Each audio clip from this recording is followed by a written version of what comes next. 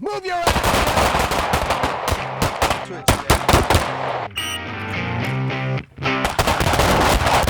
There is no firing line out in the world, right? My thumb goes down here.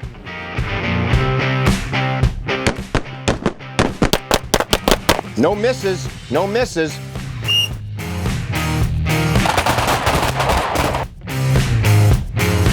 Quickly, right? Cautiously. Yeah, you're listening to us, Daniel. See, you're not a jackass.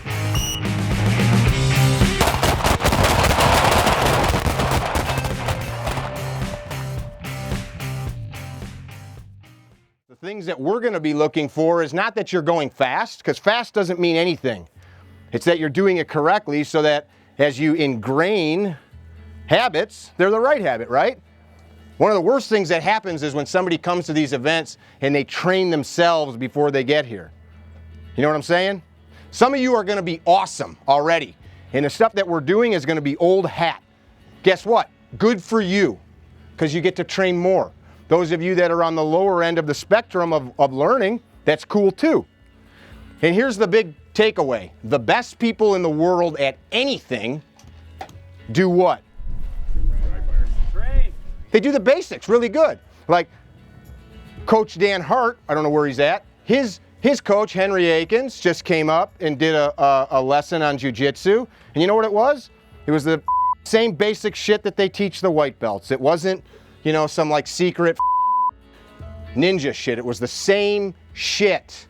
What you're getting to do the next 4 days is what ninjas do, except you're gonna get 8 guys, 10 guys, and some gals to correct micro nuances of stuff to make you that much better. Because the only thing that separates a grandmaster from a regular shooter isn't how they draw the gun or the type of ammo or the sights. All that's bullshit. It's the little tiny details. And it's not even how fast you go. So safety out here. As we're having fun, you gotta listen.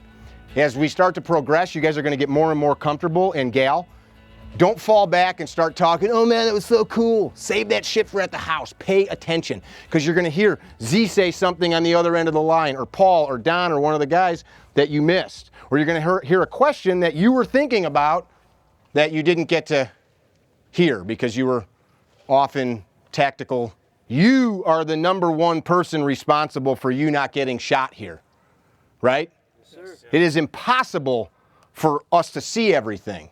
So it is incumbent upon you, just like when you drive your car, to pay attention. We're not bending over or stepping out of the line, and this line at some point will be like Spadavecchia's sexuality. It's gonna be in flux. Spadavecchia, raise your hand just in case, right here, Roberto. We're gonna be moving, so you have to pay attention. We talked at breakfast, there is no firing line out in the world, right? So we have to be cognizant of where our muzzles are. If you drop a round or a mag, or something doesn't work, what's really important? Yeah, man, where your muzzle is, where everybody else is. We're responsible for everybody else here. Meaning, if I shoot one of you and say like, dude, you walked in front of me, who pulled the trigger? So in the world, if you are doing the right thing and you're saving the kids at the mall from the terrorists and you accidentally shoot my family, whose fault is that? Yeah, so we train that here. Paying attention and being aware. There's nothing that I need to do in this position where when I draw my gun, it's gonna point at myself. Agree? Yeah. So we're gonna hone that in. People like to say like, well, in reality, shit might go sideways. I'm not gonna train that, right?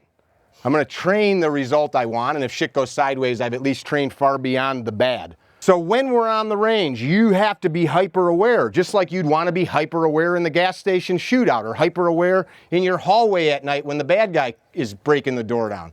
Same thing. If you wouldn't do it out there, don't train it here. If you were training to play basketball, you wouldn't probably train basketball with flip-flops on, would you? So however your gear, some of you guys have some tactical looking shit on. I don't care. We always tell you train however you want. But if you live with a Glock 43 over your pubis, and you're here today with a thigh rig on, and a big gun with a red dot, you're still going to get good training, but is it analogous to how you live? I don't know. That's on you. It's not even worth talking about. Every rep, you're simulating every rep doing it for real. So that means when my gun goes back in the holster, now we're talking about the mindset of this training. When my gun goes back in the holster, I'm not talking about play time, but I want to set up how I'm going to find my gun. Who left their house to come here with 2 rounds in their gun? Nobody, right? What would you do? Top it off. You topped it off, right? You probably even took the mag out and topped off the mag after the chamber was full, right? I'm not suggesting after every time you fire to do that, but if you're thinking about it, okay, man, now would be a good time to tack mag, and we'll go through that. So don't get weirded out that I'm giving you too much. But if we don't start thinking about it, when do you? You dig? If you get a boo-boo or something, cut, scratch, piece of dirt in your eye, where's your muzzle go? Well, just safe, right? Safe. If brass goes down your shirt, it's not, oh, with your muzzle everywhere. Muzzle safe. There's no piece of brass here is going to burn you terribly. It's all pistol ammo. You'll be fine. Actually, it's good training to work through it. That hurts. I'm going to think and breathe and reholster. Yes? As we're holstering, you guys in appendix, to the breeze, or gals. Washeen to the breeze. Got it? Why? Where's my muzzle? Out. This is an exaggerated movement, right? Well, I want to exaggerate it because you're going to have hundreds of times that your muzzle is pointing down towards your penis, your knee, your leg, your foot. Yes? Yes. So if you're in that position, if I'm here, I don't need to do this per se, and I also have to be mindful that there's people all around me, right? So I can't, to save my own self from having a gun pointed at me, be like, oh, I'll just point it at Drew and go to the holster, right? We're going to be super mindful, and I want you guys to start using your words this weekend. My finger's off the trigger, I'm safe, in the holster, yep, good. Go slow. Can any of you think of a context that you would have to go back to your holster really fast? No. Not really, you know, maybe if you were a police officer and you had to cuff somebody, but even then, are you going to drop your gun or shoot yourself to hurry up and cuff somebody? Probably not. If you had to put a tourniquet on, are you going to shoot yourself in the process of like, oh, I got one more hole to plug, right? So if we're not going to do it for real, don't train it here. Slow down. I just finished shooting. My finger's straight. What do I got to do to this gun? I got to keep it up and working. I'm going to top it off, etc. Safely holster. Now what? Breathe. So we're going to do that all weekend. Close your mouth, breathe. And you know what else is cool if your mouth's closed? You're not talking? Yeah, you're listening to us, Daniel. Yeah. See, you're not a jackass. I like it. Dan Hudnett, medical? Yes, sir. So real quick, before Dan goes, Dan Hudnett, D-Dey response group. Cecilia out here, did I see her? There she is, she's over here. Cecilia, CEO of D-Dey response group. Ben Simonson back here, owner of Boresight Solutions. Paul Sharp right here, Zebon Durham. Brian McKenzie off here to the left. This is the guys that are going to be telling you what to do and how to do it. Everybody's here to help you. Nobody's here to put you down other than me, and that is my way. And I'm sorry, Daryl, you were hiding back there. Daryl back there as well. We're going to be up and down the line talking to you. Pay attention, because everybody here, mostly these guys, has amazing things to pass on. Don is up getting ready for the afternoon session, so he'll be with us later. Do it. All right, can everybody hear me? Yes, sir. Awesome. I get to yell at people for a living sometimes, so I'm pretty good at it. All right, here's what we're going to do. We have an emergency on the range. First thing I need you to know is the difference between an actual emergency and, oh, the slide bit me on the hand and I'm bleeding a little bit, okay? If you get an injury that's not an immediate emergency, step off the line, take care of your firearm safely, all that good stuff. Come find somebody to help you out or take care of it yourself if it's no big deal, okay? You're always welcome to come talk to myself. I will be the lead medic person out here until Don gets here, but even then, he and I will have it, okay? There's other people that are trained at different levels and know some of that stuff, but you're welcome to come to me for anything, all right? If there's an actual emergency and we are shooting, cease fire, okay? Anybody can yell cease fire on the range, all right? Cease fire, we will address that. Once we cease fire, I want somebody to yell medic. Don't yell medic because you cut your hand on something and it's not squirting blood everywhere. All right? In emergency, cease fire, medic. Raise your hand, wave me over. I'll come over, I'll assess things. At that time, I'll determine if we need another level of care, if we need to call in an ambulance, anything like that. All right? Give us some space to work. If we have an actual emergency to deal with, we'll deal with it, no problem. I don't consider myself an expert, but I have been doing it for a while, okay? Got about 27 years in the military and 17 in fire rescue.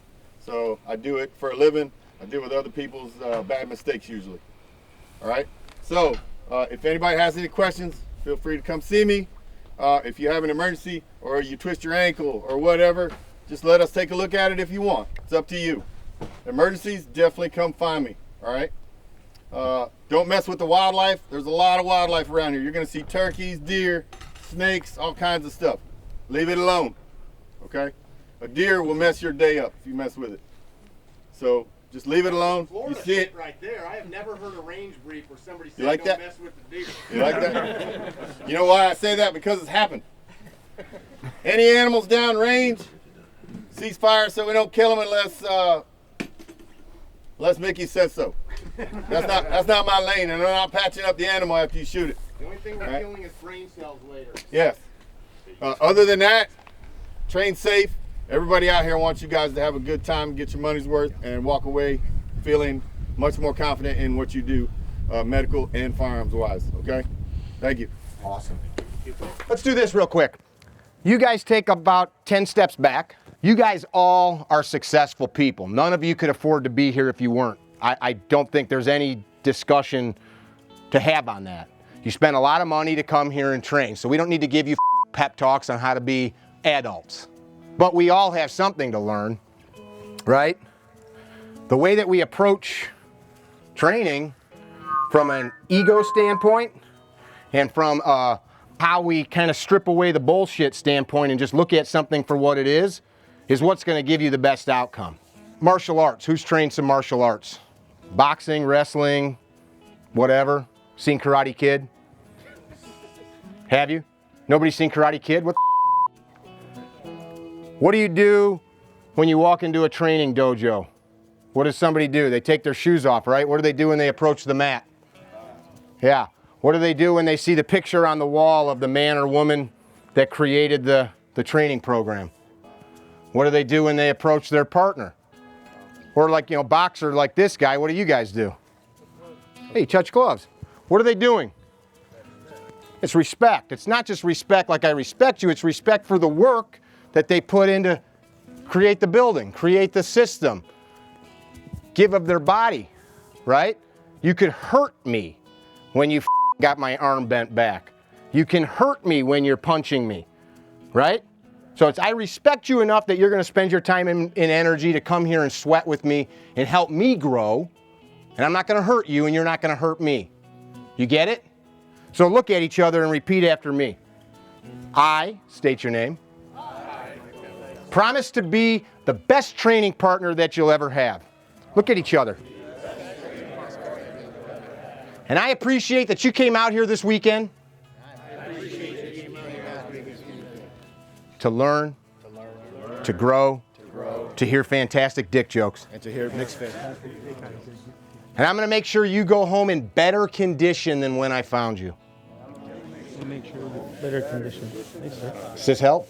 Yes, it does. Sivan? Actually, you warmed me up, man. Good, good. For real, if we put ourselves in that mindset, every one of us is here to help the others get better. Collectively, we can't do this without the others. We're going to talk for a minute about ready positions, positions of ready. What we're preloading here this morning is your ability to maintain good awareness with your muzzle and gun, being able to come in and out of the holster. For those of you that do all this shit all the time, good, you get good reps. Stepping out. Downrange. Super basic. So our draw stroke, right, has allowed me to do nothing but get that gun out and into a position where I can use it. So what was this one called? Compressed ready. 3 or compressed ready, right? What's this called? Low ready. High ready. High ready. We'll call it high port here. Check it out. Hey, Tyler, you good? All right. I can move around with my gun out. We're not doing that needlessly. There's not one goddamn thing we're gonna do here for no reason. Touch point. If I had ear pro on, I would have my thumb right against my ear pro. But you know what? I wanna train it with my ear pro off because I don't go to the mall with the ear pro on. Understand? Yes. Sharon, the men came through the basement door. Go to the closet, call the police. I'm gonna go do some stuff, right? Versus Sharon, the guys came through the basement door, right? No bueno. Just thinking here is all. So why do we use these ready positions? Different spatial situations. Yeah, you don't know, right? You don't know. Good example, hey, what are you doing in my backyard? Dude, I'm the cable guy. Why are you pointing a gun at me? Or your wife called. She wanted the estimate on the window. Oh, why didn't she tell me? Honey, did you call the window guy? You get what I'm saying? Or, this happens all the time, people shoot their children or their loved ones. A woman up in, I think it was Racine, Wisconsin this past year. No, I'm sorry, it was Detroit. She shot her daughter. The kid lived, thankfully, but the daughter snuck in. Mom shot a shadow moving down the hallway. So the caveat, though, to these ready positions is one singular thing. It's not just a place for you to hold the gun. It's all completely contextual of what's in front of you or around you. It's that you're ready, right? I don't know if this thing or person needs to be shot, but I want to be ready. You know, is this more ready than this? What's more ready? Right, I'm just removing shit out of the equation. If A plus B plus C plus D is me shooting, if I can get rid of A and B, and now all I got to do is C and D, that's better, right? Yep. If I get rid of all this and I'm going, who the is out there? Hear a bunch of smashing glass. Did a private lesson for a guy about 2 or 3 months ago. Woke up to his patio door exploding in the city. His daughter scared. He had his iPhone and he crept down the stairs with the little iPhone light. And he said, he's like, I couldn't have done anything, but it could have been kind of nice, you know, come down the stairs and go, who the is out there? What are you doing? Go out the way you came in. The police are on their way. I will defend myself, right? Ready versus, got that gun up in the nightstand. I'm gonna go down there, see what's up. Something's going on. I'll scoot back up, load it up, get it out of the biometric. Ready versus not. Do I need to keep talking about that? No. We're gonna work those ready positions. We're gonna look at you. The reason is, as we're starting to do movement this weekend, I may need to control my muzzle around something, right? Yeah. We just want you to leave here where if somebody sees you with a gun, they're like, that dude or dudette knows what the f***'s up. Side note to that, if you saw some gang shooting or some defensive shooting on film like we see all the time, do you normally see like good gun handling skills from people on these shooting videos? Nope. So who of you goes to the mall or church with a good guy jacket on, good Samaritan, trained, armed, Second Amendment, supporter of freedom, hat on? Does anybody? So who of you looks like the good guy? Right? So you do have some things on your side. How you behave is meaningful. Criminals behave a certain way. Zee and I were talking about it last night with the guys. We were talking about how they have mindsets too, right? So if you prepare yourself to act a certain way, you probably aren't going to see somebody moving around in one of these crazy shooting videos directing people to the door. You would automatically think what if you saw a picture of somebody like this pointing? What would you think? Yeah, you'd think that, right? Or somebody in some position that all of you would recognize, you would think that guy is probably going to know what he's doing. What else would you think somebody controlling their muzzle like that? Do bad guys give a who they point guns at? No. These are little minute things that might be the difference between a cop walking in and shooting you. South side of Chicago, 2 years ago, a nightclub, somebody had a gun, cops came, security guard, armed, legally, also had a gun. Armed security guard did not hear through the cacophony of screaming and tables and chairs the cop saying, put the gun down. Or he may have thought, nobody will know because he's dead, that they were talking, he might have thought that we're all talking to the same bad guy. They smoked him. Dude's black hoodie said security right here in like dark gray, and it was a black hoodie at night. Come to that compressed ready. Nothing should change when you draw. When you draw, every rep matters. So compressed ready, you should be able to fight from here. If we came and pushed on you a little bit, you should feel really rock solid. Understand? Yes, yes. All right, I want you to verify that your trigger finger is far off the trigger. Yeah? Go to a low ready. Let's just imagine right now that you had the sticks out there are potential bad guys. If you could remove everything as possible from that equation, besides the unknown of whether or not they're a threat, I would probably have my arms pretty extended. You guys are good. I would probably have my gun pointed like 2 feet in front of their feet. Because now what do I got to do? Look at me. If you can't see me, look at me. All I got to do is just move my muzzle like 6 inches and I'm shooting them. You know what else I could do? I could start lighting the ground up at their feet and spray lead off the grass into their feet and legs as I walked the gun up their body. Ooh, he's insane. He's crazy. Yeah, I'm a lot of things. Sexy. Jeff smells like take that non-dominant hand, come back to the compressed position with it against your body. Take that gun and point it straight up in the air. Here's a thing about this. We've got that gun higher than our head. Take your thumb, this chunk of meat right here, and pick an index point on your body. So right now you've got no ear pro. Ear pro's a nice spot, but we want to touch that so we know what it feels like. Control your muzzles. Do not move your gun stepping out. Downrange. So the whole point of this, right? You can control your muzzle. Switch with the person to your left or right. I told you no specific reason or direction for a reason. Oh, wow, that's crazy. Go back where you was. Go back where you was. Face me. Does this make anybody nervous? Not a bit. Okay, that's good. That's good. I mean, you know what it should do, though, is make you comfortable. Don't do this, guys. Don't do this. I'm up. I can move my arm. Don't do this. I'm up to be able to see. You're not going to run around like this unless you have to. You're a cop at a school. Or you pull up to your kid's school and there's somebody shooting. You going to wait in the car for the SWAT team to show up knowing that your kid's in the school? I sure ain't. You going to run through that school like, yeah, where are you at? This is a pretty good position. You still have one arm for locomotion. That gun's pinned to your head, and all you got to do is join and press it out. Present that gun to high ready. Not high port, not on your head. So you don't probably want that gun in front of your vision, right, guys? If it's in front of your vision, what are you not doing? Right, right. Low ready. Compressed ready. High ready. We have to think about as we're moving where that muzzle goes, and we're building in systems, guys. It's none of this shit. We're not getting lax. We need to know that that muzzle's pointed in a safe direction. This is kind of stuff that when you're dry firing is not just drawing, getting a sight picture and pressing the trigger. True dry practice, pilots do it, race car drivers do it, race pit crews do it, surgeons do it, astronauts do it. Any successful salespeople do it.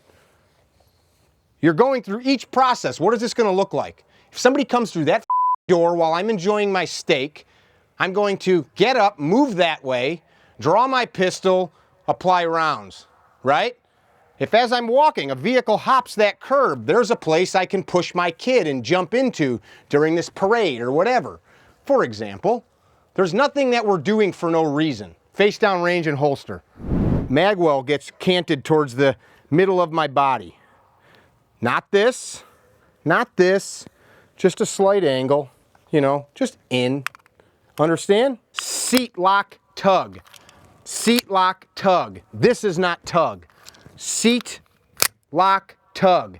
That time my slide decided to go forward, but that's okay. That may happen to your gun. I'm tugging on the magazine so that doesn't happen later. And that will happen to somebody or more of you than one this weekend, I guarantee it. So that's a system, right? Tug.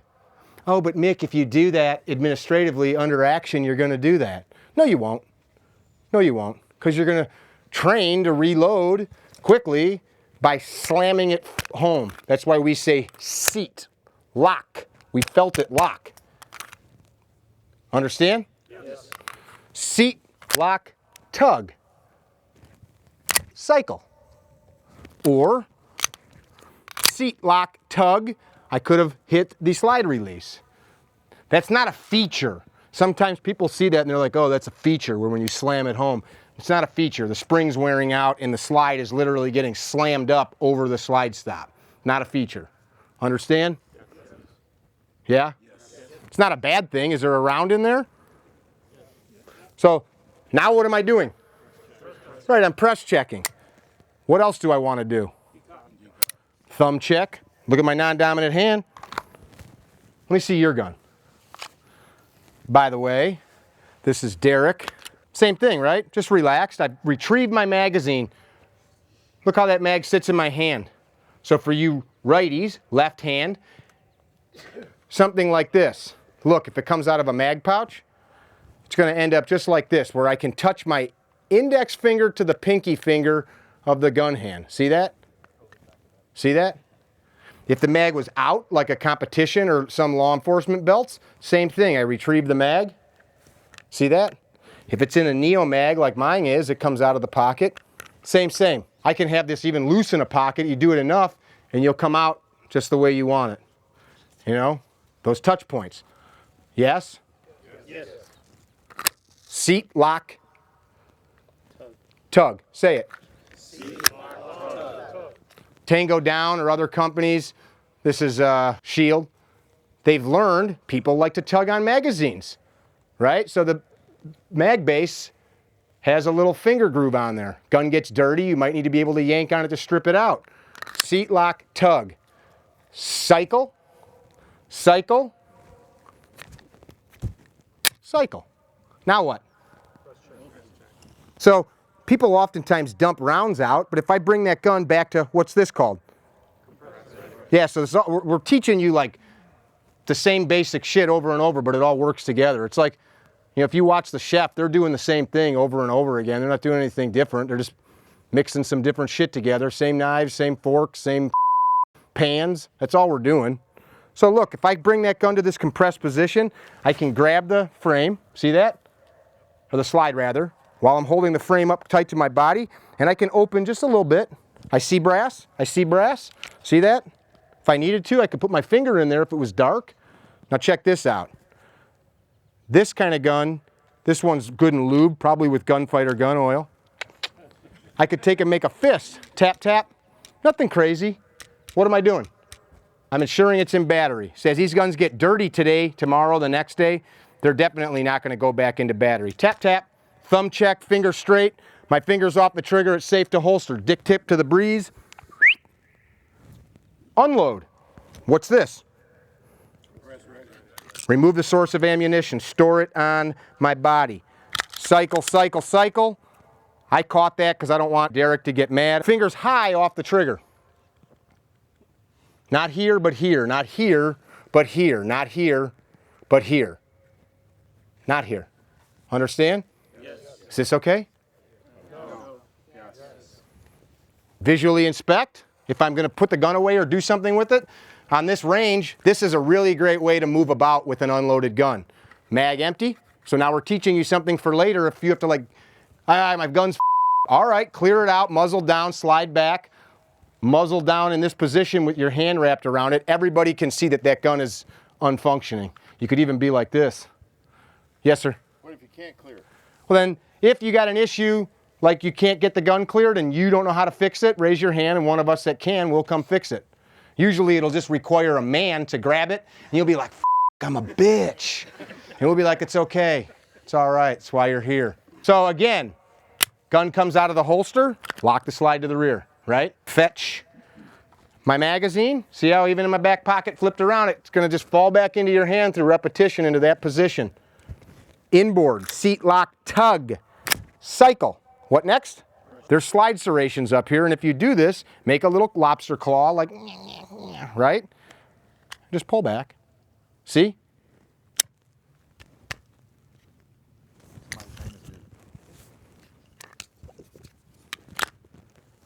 I want to add to something real quick so you guys don't misunderstand. Can y'all hear me? Yes. You hear me? Yes. So all these little things that Mick's talking to you about, it's not because you're stupid, ignorant, or anything like that. Everybody that deals with high risk functions, tools, processes, whatever, high risk, right? So it's low frequency that we would shoot ourselves. Not many of y'all probably shot yourself before, if any, right? But it is high risk if it does happen. Makes sense? If you have to use this gun, it'd be a high risk situation. So all the things that sound like kindergarten stuff that are fundamentals, which fundamentals aren't kindergarten, they're necessary, they're critical for any process to be accomplished in the way that it's intended, right? Fundamentals are key. We want to not push the envelope of safety, saying, I'm so trained and I'm so comfortable with my gun that I can just get as close as I can want to the trigger, or I can have the gun right here and I know it's not pointing at me because I'm just so trained. That's not how we do it, because under fear, right? And Brian mentioned a little bit this morning talking about not being able to breathe. You will get scared. I want systems built in that seemingly are kindergarten when I'm practicing them, but allow for a wide berth of mistakes when the situation's bad, right? Has anybody heard of point shooting? Yes. Right? Is it a thing or is it not a thing? Well, I can tell you now that you don't practice point shooting necessarily. Some people do, depending on what they're trying to do. But before they practice point shooting, they practice looking at their sights every single time, which I still do, unless there's situation where I can't do it, and I'm comfortable enough with my practice that I didn't see the sights, but I align my gun.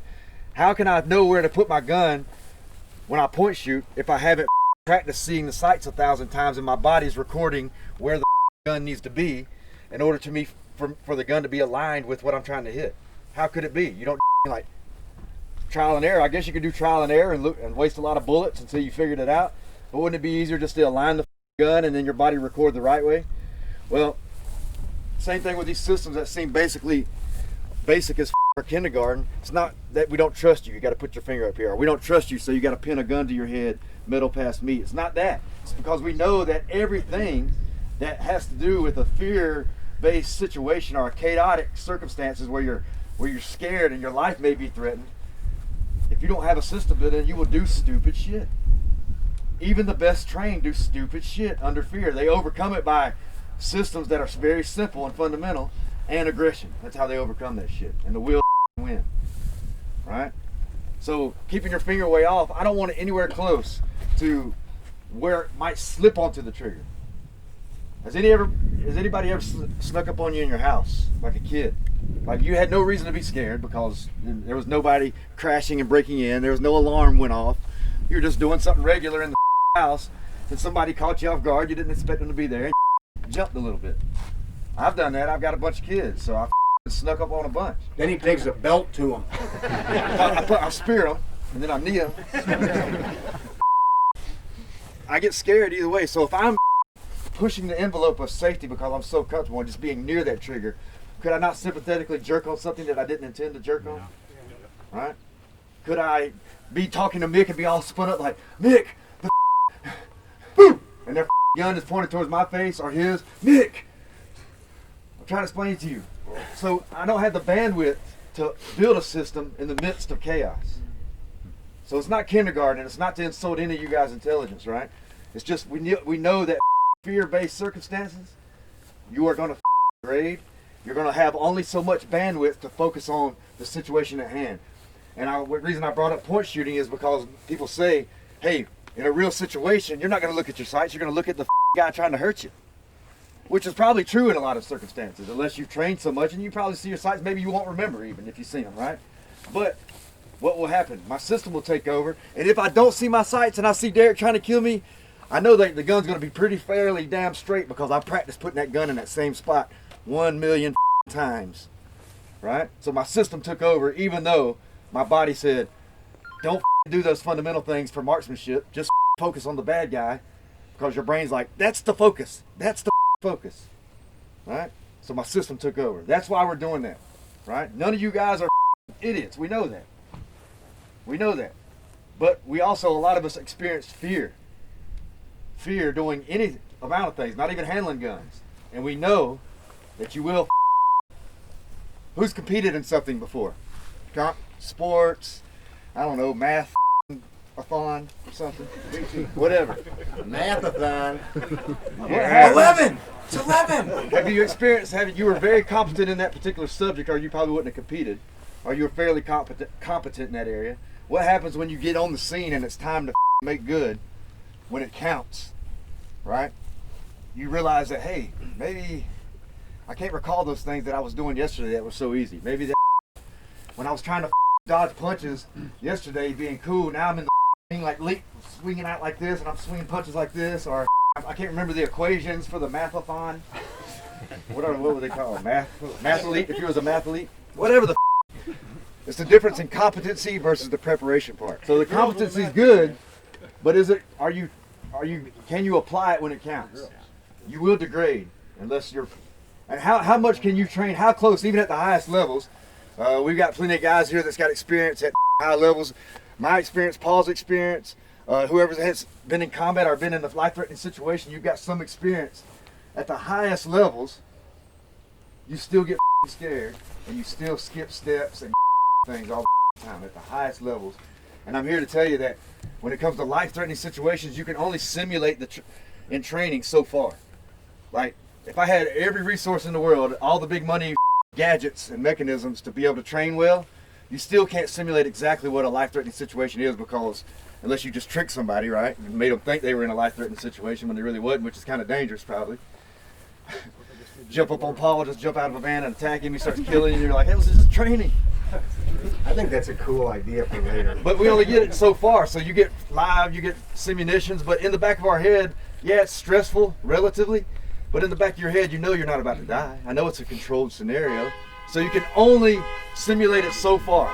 So even if you're the greatest trained ninja out there, there's still a gap that needs to be filled. So you got to have those systems, because you're gonna lose some of that keen ability that you think the competency is going to be nowhere to be found, because you can only prepare so much. So what I'm saying is competency is key, and even the best prepared are still going to lose some of that ability in the face of fear, because we couldn't simulate it. So we make our systems wired.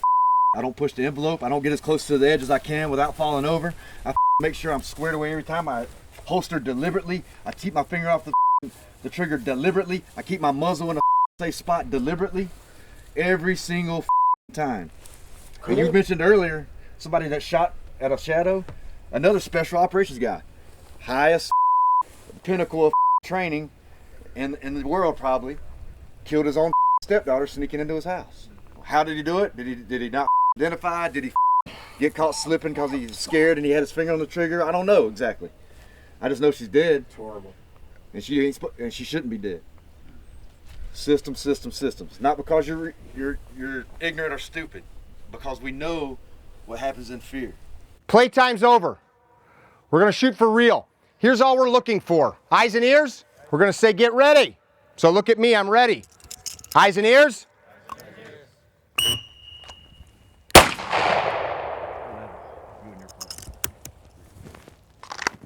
Easy. You got a huge piece of paper. We're going to now work live fire, same thing that we just did all morning, getting hits. Muzzle awareness doesn't change, trigger finger discipline doesn't change. So everything that we've been doing all morning.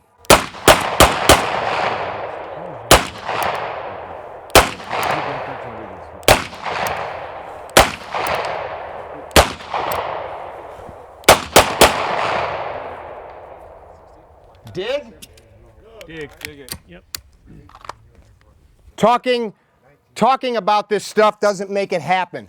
5 yards. We're ingraining awesome skills right now. I want you to see the sights. Equal height, equal light. Next range session, not this one, we'll talk a little bit more about what we need to visualize as we get into moving and shooting. Those of you that are newbies with the handguns, that are newbies or are having some marksmanship issues, here's a total easy thing to remember. If your sights are on the target at the moment in time that you press the trigger, that's probably where your bullet will go. If your sights are not on the target at the moment in time that you press the trigger, that's probably where your bullet will go. Understand? Yes, sir. So just be super accountable of where your sights are. At this distance, you don't need a good sight picture, They can be wobbling around. Equal height. Front sight is lined up height-wise with the rear. Equal light left to right. Not going to go deep into it. This isn't hard. If I gave you a squirt gun with no sights, you'd all hit the paper. Agree? We're going to go one round.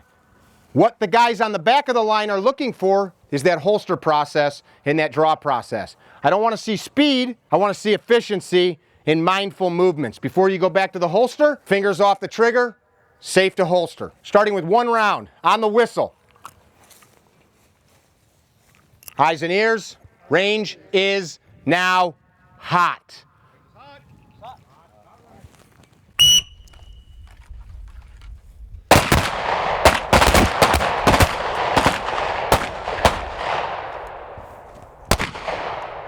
Fingers straight, recover to the holster. Decock, decock, decock if you have a decocker. 2 rounds, 2 rounds. You guys behind, pay attention.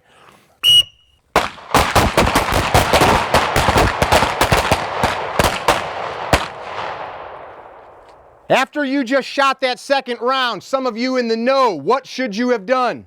Another sight picture, right? Get back on that target. Human beings don't just instantly disintegrate with handgun rounds. Back through your sights. Did I hit? Did it work? Do I need to shoot this person again? 3 rounds.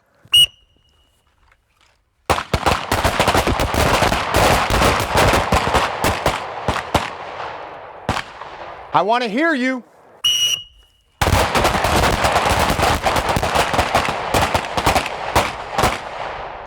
What might be a good thing to do right now if you are a good manager of your weapon system?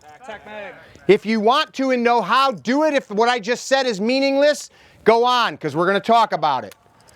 Our job, as I told you, is to have a gun, have it ready, have it in the condition you wish to find it in. Any of you guys have your home defense gun stored with no ammo in it and you're like, I'm going to load a mag in the moment. I'm going to put batteries in that flashlight in the moment. I'm guessing not.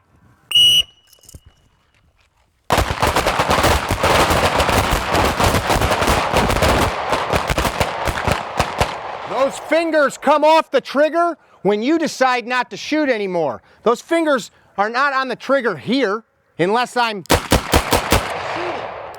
If I'm out here and I'm done shooting, I'm not coming back here with my finger on the trigger. If I still need to shoot, why am I bringing the gun in, right? Target's there.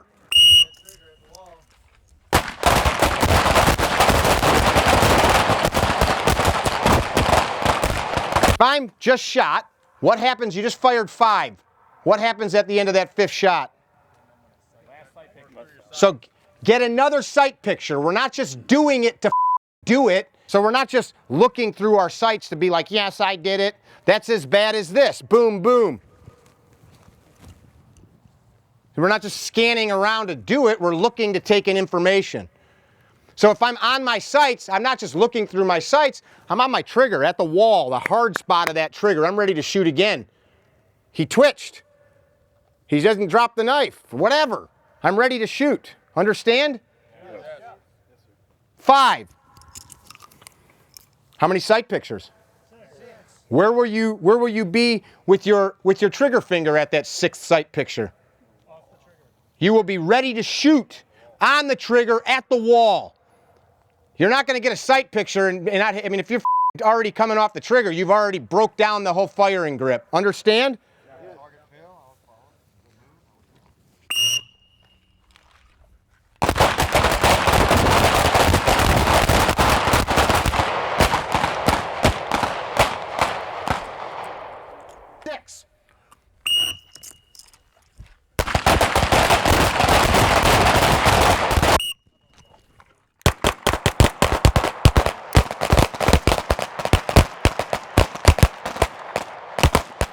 Top your mags. Everybody top your mags. You guys that just shot, we're going to put up new paper and paste all misses. So one of my guys run the glue and hand out the paper, paste any misses. Everybody top your mags. Quick sip of water. Back on the line in 5 minutes.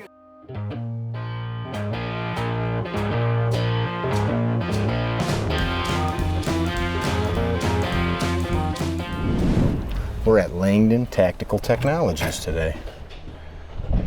Oh, hey guys. Hi, Mickey. What's up, Mickey? What are you guys up to today in here? We are, right now, we're trying to figure out what parts, spare parts we need to order.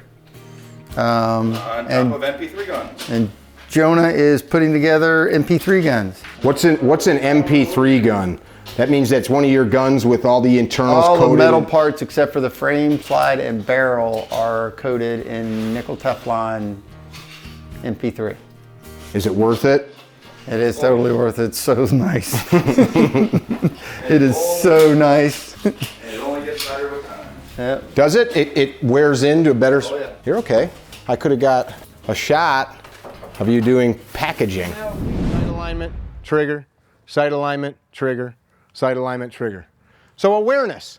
To get really accurate, your awareness needs to bounce between the sights and the trigger. Dig? That's hard for some people because you start to be like, okay, here it comes, and then you do like weird flinchy things or just stupid shit. So here's the only thing that you need to be aware of. Are my sights aligned in time and space? If we're shooting for total accuracy, you need to be aware, if you're shooting a dot, the reason that dots are easier is you don't focus on the dot anymore, right? You look at the target, which is why we all have them on our rifles. Equal height, equal light. The first round that you fire becomes the target. So if I'm going to shoot a group, if I shoot here and my round hits right there, that's where my sights go. Now there's a few nuances depending on where your sights are in relationships to the bore. As we change distance, our sights, like shooting at that piece of steel that I hit from back here, were probably 40 yards. I was able to hold right on it because my sights are zeroed at 50 yards, right? But if I go to 150, I probably have to aim about 4 or 5 inches over it with the ammunition in my gun with these sights. I know that because I played around with it, right? At these distances, what we're looking for is you to hit a target paster over and over again. So that little target paster at 3, 4, 5 yards, you should be able to hit that. Yeah?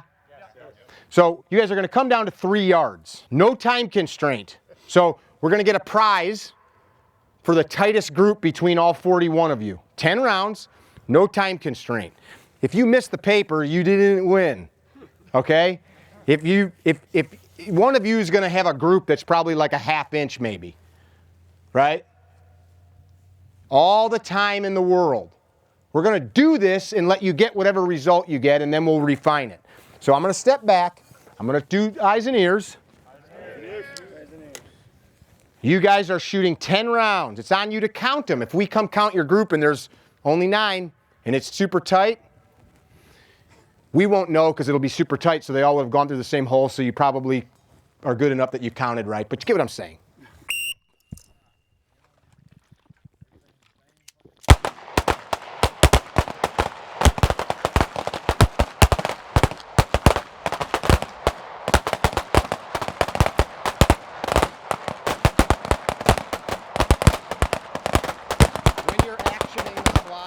Finger off the trigger. Put your dot.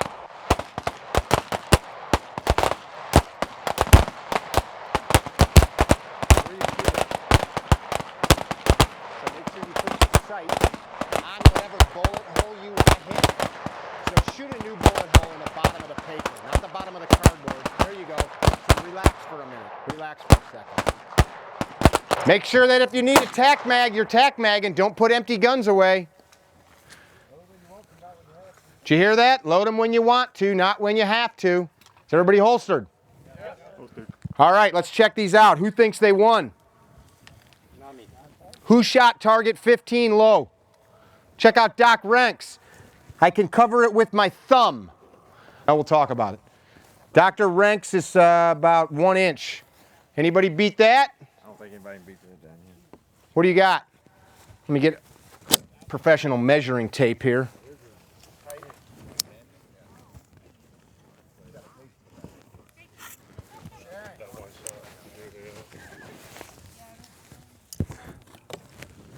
Where is it? Right there. This one? Nope. Were those? Those are Tom's. Yeah, but I got the 2 down there. Okay, so no good. Thank you. That's iron sight. The bottom. This, who did that? She did. Who? Very nice, but you didn't win. Okay. I think, you know what it is? I mean, literally a 1/16 of an inch. You lost by a 1/16 of an inch. Cool. Girls. That one's pretty tight as well.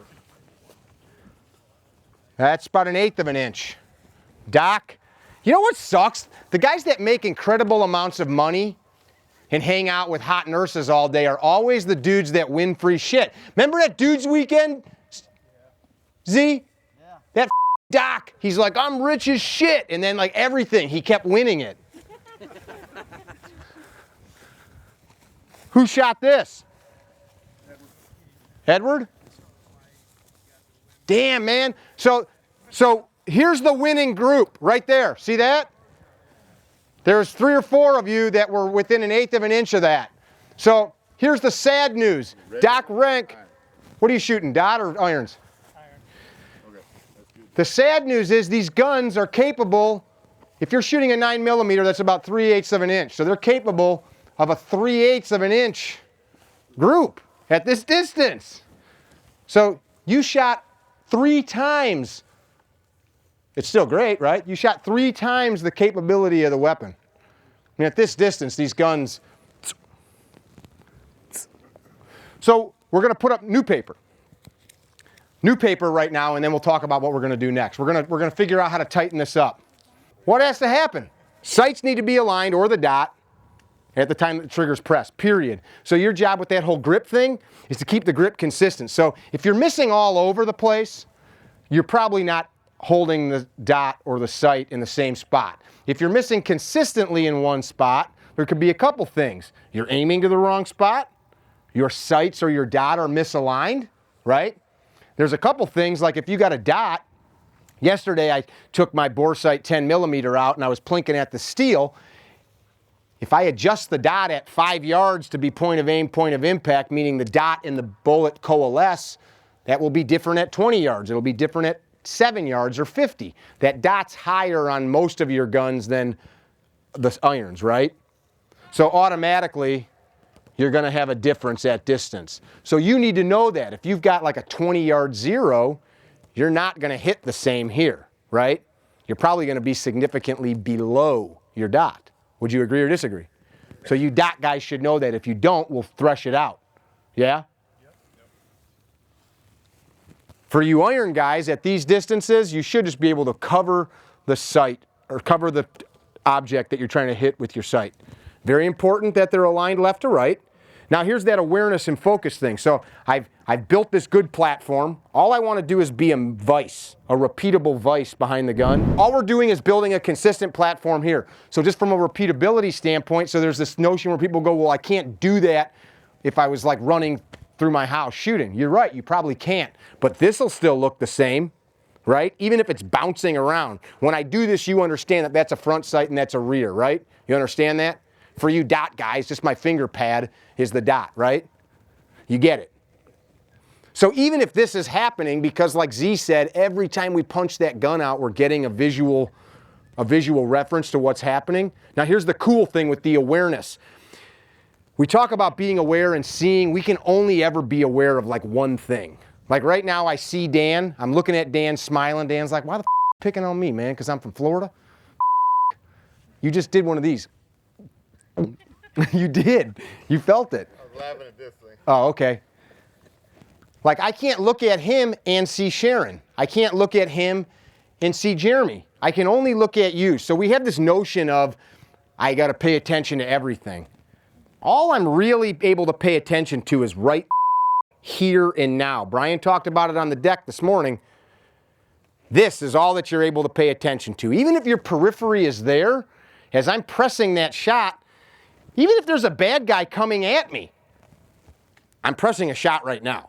If that is more important, then I abandon that and go here. Starting to talk about strategy and tactics now instead of mechanics. But you understand the point? For a split second in time, and this kind of frees us when we think about it, for a split second in time, all that matters. It's like when you were on that first date when you were 8th grade or whatever, and you felt the breath, and right here, right now. Right? You get it? That's all that matters for that moment. Your focus goes right there, not person next to you, not to the loud noises, not to Zee's ass, not to what's for lunch, not to, shit, was that a bullet that just ripped through me? For that fraction of a second, that's got to be the most important thing in the world. You understand? Yeah. Then here's the cool part. You got to trick your brain to go, oop, I got to make sure I'm pressing the trigger. Back, back, back. So if you hear us say like straight back or press back, we're using our words to kind of get you out of your head. Just press straight back. Imagine some guys will say like a line from your trigger straight to your eyeball, okay? What I like to think about is I'm strong enough that I'm just going to keep all of these fingers straight. Take your hands like this. Physiology, we're designed pretty cool. Take your index fingers and move them as if you were pressing a trigger. Just your index fingers. Stop moving the other ones. Look at them. Don't look at me. If you're looking at me, you're not getting anything. Just move your index fingers. Just your index fingers. Stop moving anything else. It's hard to do, right? Well, you're still moving them, Brian. I see them. I see a little bit of movement. Even so, look at my hands. Like, look at my right hand. My left hand's not doing it, but look at my right hand. I think from a hammer, from this, I think I trained these fingers to do something because I shoot better left-handed than I do right, but I shoot right because I'm right-handed. Interdigit limb response. It's why a baby, when you put your finger in his hand or her hand, they go like this. So you're trying to overcome physiology. A gun's a weird thing, right? Grip it as hard as you can, but now take one finger and subtract it out of the 10 and make it do this fine motor skill, right? It's kind of a weird thing. So these all need to stay consistent. Meaning, if I've just an arbitrary made up number just to apply a number, if I've got 20 pounds of force with these fingers, keep it 20 pounds. Don't ramp it up to 30 as you're pressing the trigger. Get what I'm saying? So be cognizant of that. Am I getting tighter? Or is it just staying? This is why dry fire is important. Caveat to that is you may see somebody like Zee unload his gun and dry fire, and you may hear click and see a little dip, and you're going, ah! In reality, you saw a dip that happened about a hundredth of a second after the click. He shot enough that his subconscious drove that sight back down. Got it? Got it? So we tell by the target. If all of his shots were down here and he was aiming here, we'd be like, yeah, dude, you're needing to chill out. I know a guy like Zee hasn't dealt with a lot of stress or adversity or things like that are stressful in his life, so maybe we can help him calm down. That was a joke, if you guys didn't get the joke. Some of you were just like, shit, isn't that guy like a Green Beret? So for a fraction of time, your focus goes to that. Here's a cool thing about everything that we do at this event. You can take that same mindset and flip it to anything else. Somebody yelling at you, etc. This person's pissed because they're stupid. Their life sucks. They're not mad at me. They want to think they're mad at me, but I don't have anything to do with it. I'm going to leave. Get what I'm saying? It's the same thing. You choose, completely choose what to see. So some of you are like, oh, there's too much noise out here, or these other people are making me nervous. I can't make you nervous. You choose how to react to stimuli. Yes or no? Yes. So that's why when people say, well, you never know how it's going to be till you get there, is rather bullshit. Because if you never know how you're going to be till you get there, why do we train anything? I'm going to go to American Airlines and be like, I want to fly these things, man. I want to see how I'm going to do when I get there. It doesn't work, right? You choose. You choose. And that is really what all of this training is. It's making micro choices with every single thing we do. Oh, that dude's choking me. Well, I can tap, or I can try to do the thing that he showed me, or I can move, I can grab that thing, right? I could start to slow my heart rate down because I'm starting to feel it, right? Choices. Here's the thing. Each round is like a lover you met on a beach that you're never going to see again. And all you get is that one moment in time. You hold on to that for that moment, and once it's gone, it's done. You don't tell anybody anything, you understand? Truth, though. You can't hold on to that, so if you up, that bullet's gone. But learn from it. All right, did my grip change? If I'm shooting low left, I'm probably, as a right-handed shooter, gripping the gun. Check it out. Watch my muzzle. Watch my muzzle as I squeeze. See that? That often, as a right-handed shooter, is interpreted as low left shots. Look at this. See that? If you guys can't see it, the muzzle's moving low left and low right as I squeeze. So we call it milking. Grip pressure consistent. Trigger pressure straight back. As you start to apply pressure to the trigger, you will find most of your triggers have some pre-travel where the trigger's loose and floppy like a worn out wizard sleeve. All of a sudden you will reach a hard wall. That's where you want to come to. Sights are aligned, get the slop out of the trigger. Come through the wizard sleeve, push to the wall. Now, focus goes sights, trigger, sights, trigger, sights, trigger, and just tell yourself, pressure, pressure, pressure, and just start applying pressure as you're using your awareness to keep that sight right on that upper piece of paster tape. Thank you. We're going to go one shot at a time, kids. You can compress to compress ready with your finger off the trigger after you've made the shot. One shot.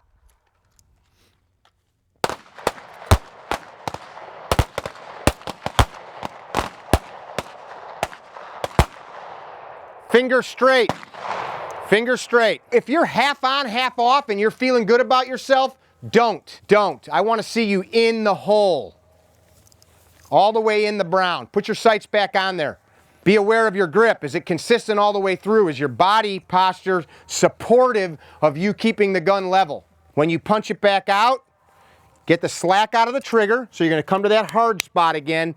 Visually aware. Nothing moves but the trigger. Straight back, straight back, straight back, straight back.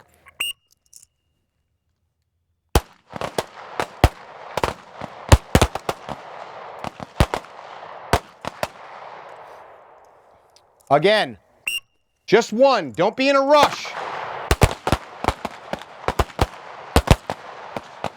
Don't be in a rush.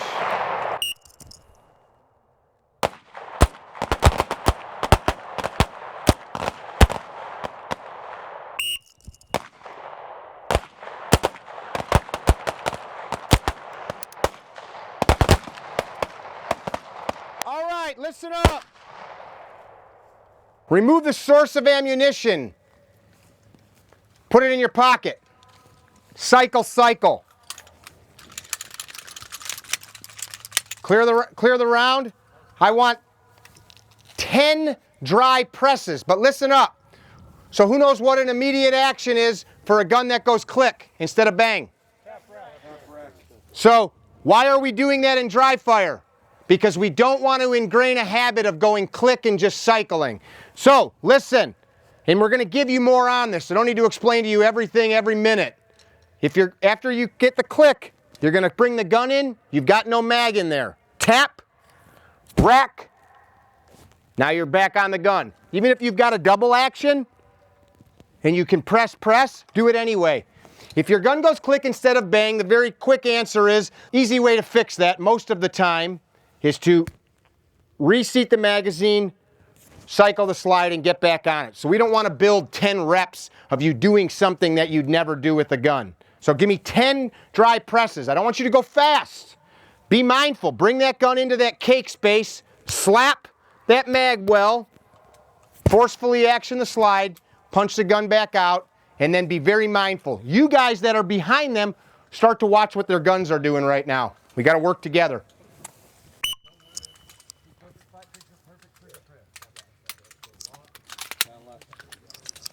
On the whistle, so tap rack and come back to compressed. Tap rack and come back to compressed.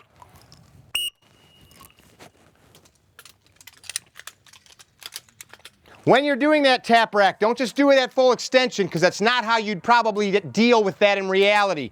Come back into that area in front of your sternum.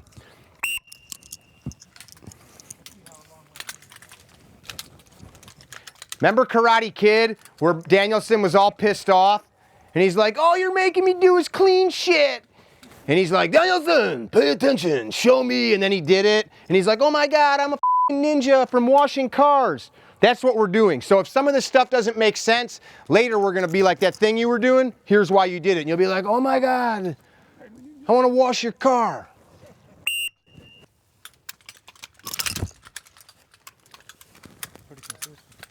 All right, load them back up. Lock the slide to the rear. Go through that process. Seat, lock, tug, cycle, press check. I want 5 more rounds and then holster.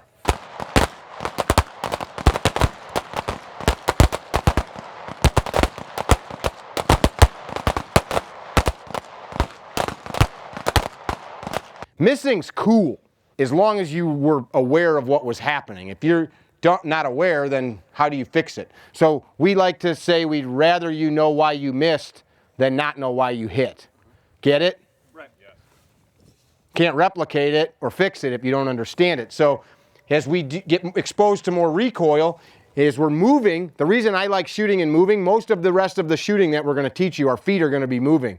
And the reason that I do that is you start to, this is hard to do, especially for long lengths of time. Once we start moving around, we kind of get out of our own heads and it's just like, yeah, cool, man. And you begin to just give focus to this.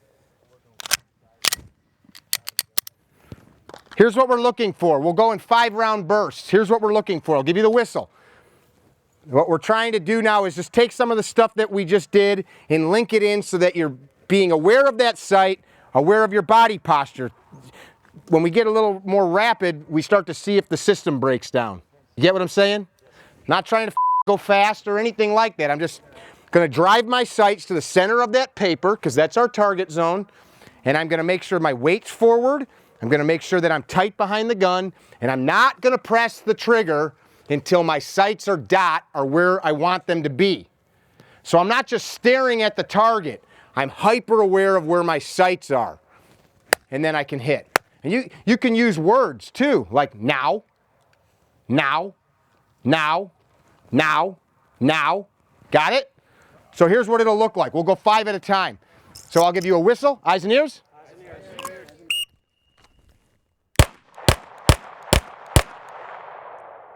At the end, I got a sight picture, right? For me, decock. Back to the holster. Whistle, up. Dig. Nothing crazy. You're coming out of the holster. Chances are, any misses that we're going to see are going to be that first shot. Yeah? Yep. Shouldn't be. Don't press the trigger unless the sights or the dot are where you want them. If it was me, I'm going to air and put them in the center of the whole target. Yeah? Tracking? Yes. Yes. 5 rounds. If you miss, you owe me push-ups or jumping jacks. 5 rounds.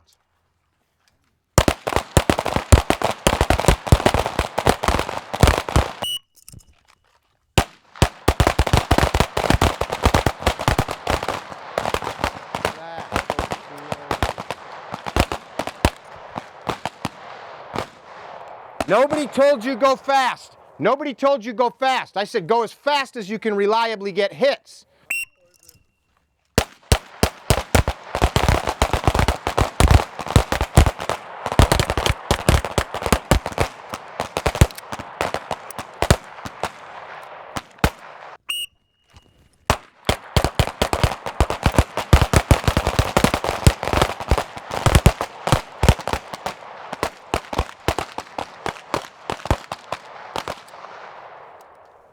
This is some of the best shit that you can do to get good if you're paying attention. If you're just looking at the paper and you're not seeing what that sight's doing, Gabe White likes to talk about a sight video or movie instead of sight pictures. Oftentimes we describe this as like sight picture, boom, sight picture, boom, sight picture. What I'm saying is you seeing your sights on the target. We'll talk about this again later. When you're exposed to a ton of recoil, you start to pick up cool shit, and it just looks like this, and you link together that trigger with the sights. Yeah? Give me 5.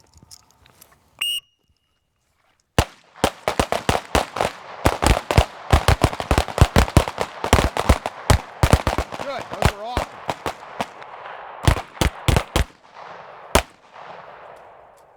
I want 10. I want 10. Do you have enough in your gun?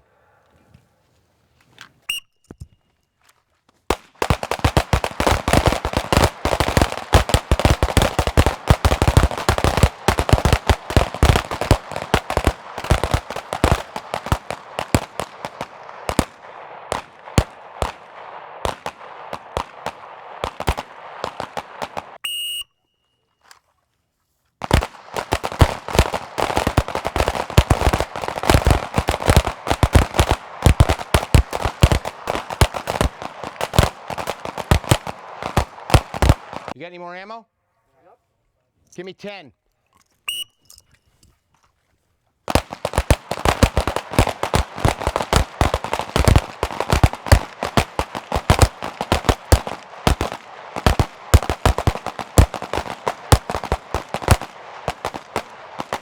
When you're all holstered, we need to paste any misses. Those misses become 5 push-ups or 10 jumping jacks each. Hey, hey, look left and right.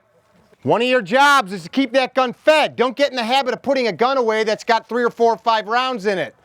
We'll show you after lunch how to do a proper tac mag if you don't already. Well, why didn't you show us that out of the gate? Because we could always show you shit that you don't know, man. Dr. Pavlov's like, I like this guy's thinking. I like it. Give me 10.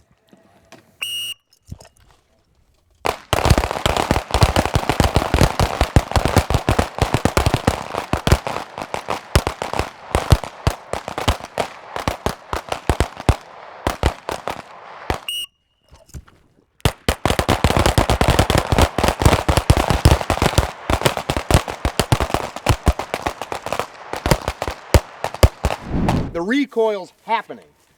So it's you somehow transferring said energy to somewhere else. Get what I'm saying? Yep. Yes. Whole concept is you're going to drive that sight back to the target or keep the gun flat so you can keep shooting bad guys. So we're going to work through that. Then we're going to start to talk about moving a little bit. We're going to talk about some visual shit with what you should be seeing. We're going to link that together because as we progress farther and farther into this weekend, we want to get you to the point where the movement in the drawing and the sight picture and the trigger press and the reloading and the tac mag and all that shit isn't thoughtless or even subconscious, but the action or the thought of the action becomes the action. What the did I just say? Wow. I don't understand. The action becomes. Yeah, man, your decision already becomes action. You don't even need to think about it. I need to keep the gun topped off. I need to drive my weight forward. I need to transition this way. I need to control the muzzle. You don't need to separate it and compartmentalize it into different thoughts. You just do it through exposure, right? So we're going to compress basically 3 to 4 hours of work into an hour, and I have complete faith in you guys that we can do it, that you guys can do it. So don't let me down, no pressure. All right, so circle in. We're going to come in. Does everybody have an empty pistol right now? Yes. Your gun is empty, right? So we can do some dry stuff. Good. The reason we want to do stuff dry is because once you press the trigger and recoil happens, it happens so fast that your mind can process it. You're just not conscious of it, right? I mean, your mind's an amazing thing. You guys are all special in your own way, but it's just, it happens so quick. It's just over and gone, right? And that's why only high-level dudes can actually call their shots. All right, guys, make sure you do not have your gun out behind the line. All right, there's 3 places for the gun, right? When Mickey's giving commands or whomever, in the holster at all times. When you're on the line, you're driving into the target, or you're at the ready waiting for the next command. Make sense? Yeah. Cool. So here's what we're going to do. We are going to go through a series of basically like kinesthetic exercises where we just build awareness of what's happening in our wrists, in our elbows, and in our shoulders that will allow us to lock the gun down and keep it in place while we're running and gunning. Whether we're on our feet, sitting in our truck, sitting at a picnic table or in a restaurant, wherever we might be, or if we're in a scrum, we're locked up with some dude and we're trying to wear him out, I want to make sure that that gun reciprocates. The slide just sits there and sits flat and keeps putting rounds on him. Make sense? Yeah. All right, so the first exercise I want you guys to do is very simple. How many think you need to have incredible grip strength to lock the gun down and run it flat? So the Army just put out a study that showed that grip strength plays a role in the ability to shoot fast and accurate. So grip strength does play a role in that. However, you already have enough strength in you right now, and we're going to show you how that's done or how you become aware of that. So Zee and I are going to shake hands. The first exercise I want you guys to do is I want you to wake up your wrist and make it so that you understand the wrist is what's holding this gun down. Okay, so the first exercise we're going to do is I'm just going to try to bend Zee's thumb back into his forearm, and he's just not going to let me. All right, ready? Then I'm going to put both hands on it and try to bend that. And see that strength that he's exhibiting right there? That's all you need. That's more than enough. I see that. Make sense? All right, Katie, come here. Everybody's like, Zee's this big dude, right? So, I mean, Katie's a purple belt, so it's kind of cheating. So she has grip strength. But watch, I can't bend her wrist. Watch. Do you see her body move? Yeah. Was I exerting force? Mm-hmm. Yeah, right? but she is able to, since she was a child, lock her arms out, right? You ever have kids, you try to put a kid in a car seat or in a high chair and they lock it out? That's all we're tapping into, is that strength that's always been there. So whether it's Zee or Katie or anybody else, you already have that strength in you. It's just sitting there, so wake it up. All right, so first exercise I want you guys to do with each other is that right there. Shake hands, one person, I want you to just do it one hand at a time, right? Then two hands at a time, and really try to bend it. Don't do any Steven Seagal shit, like, you know, like some wrist lock, whipping them around and shit like that. But I'm gonna give him some effort, right? Like I wanna see him move back, because I'm really trying to push in and down and make his wrist bend. Make sense? Yeah. All right, let's do that first. Let's go, grab a partner. Lock it out, don't let it bend. Lock it out, don't let it bend. The next thing we're gonna work on is we wanna learn how to turn on the pinkies, right? And make the pinkies go to work. When the pistol goes off, what happens is the slide moves backwards, right? So it causes the front strap to lift, right? And then it snaps back down. There's also a little bit of a twist, right? Because when the round comes out, if it was smooth bore, it'd just be a musket, right? So it's got a little bit of a twist. So when the round comes out, every action gets an equal and opposite reaction, correct? So the round's spinning out. So what happens to this? It spins away, right? So we want to control that. And then also there's lift. So the gun wants to lift on us. So we're going to shut that down. Make sense? Yeah. All right. So first exercise I want you guys to do is we're going to put a chock in front of this front strap. All right. There's nothing wrong with C-clamping in. And, you know, all the different exercises that we do where we try to like, oh, I'm going to try to crush a walnut, you know, between my palms against the back of the gun, that kind of exercises. There's nothing wrong with that, but let's add a little something to it.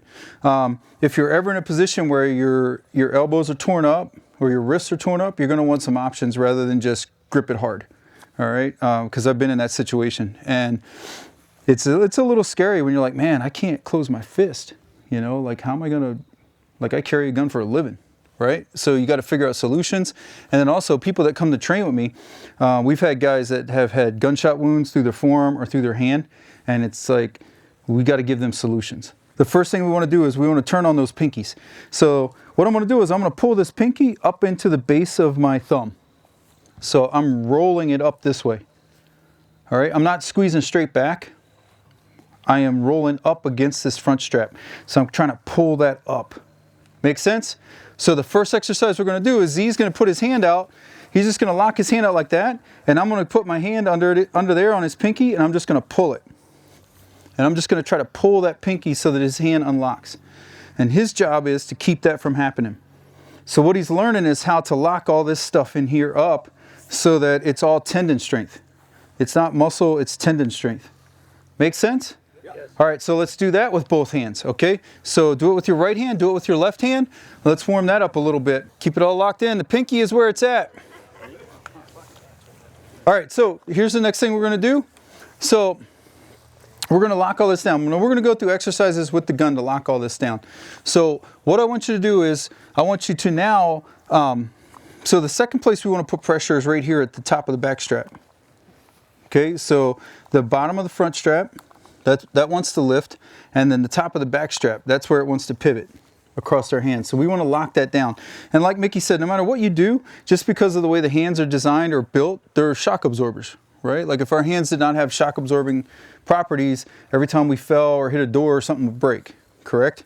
So it's going to be a little bit of a shock absorber. So there's always going to be some movement in there, but we just want to mitigate as much of that as possible and make the slide always snap right back in so that you just see the front sight just cycling. Or the dot. Make sense? I just don't want to see it go up and be gone. Okay? So, what I'm going to do now is I want to put my hands together like this, and I'm going to push as hard as I can with my right hand or my firing side hand. And then with my support hand, I'm going to pull back through the pinkies. Make sense? All right? So, when Zee's pushing his hands out, so Z, just like he's mounting the gun, right? He's going to push as hard as he can through here. So focus on pushing through there and pull through the pinky. All right, and it generates from the shoulders. So he's going to push with his shoulder through this point right here, and he's going to pull with this other shoulder through this pinky. That makes sense? think about it just for a little bit, right? Pushing with your right and pulling with your left. Yeah, whatever your firing side hand is. So a little bit of isometric tension. So, and what this does is this makes it so even if my grip strength is shot, like I broke my hand or something goofy happened, if I could put a little bit of pressure on that bottom strap by pulling backwards, it won't lift.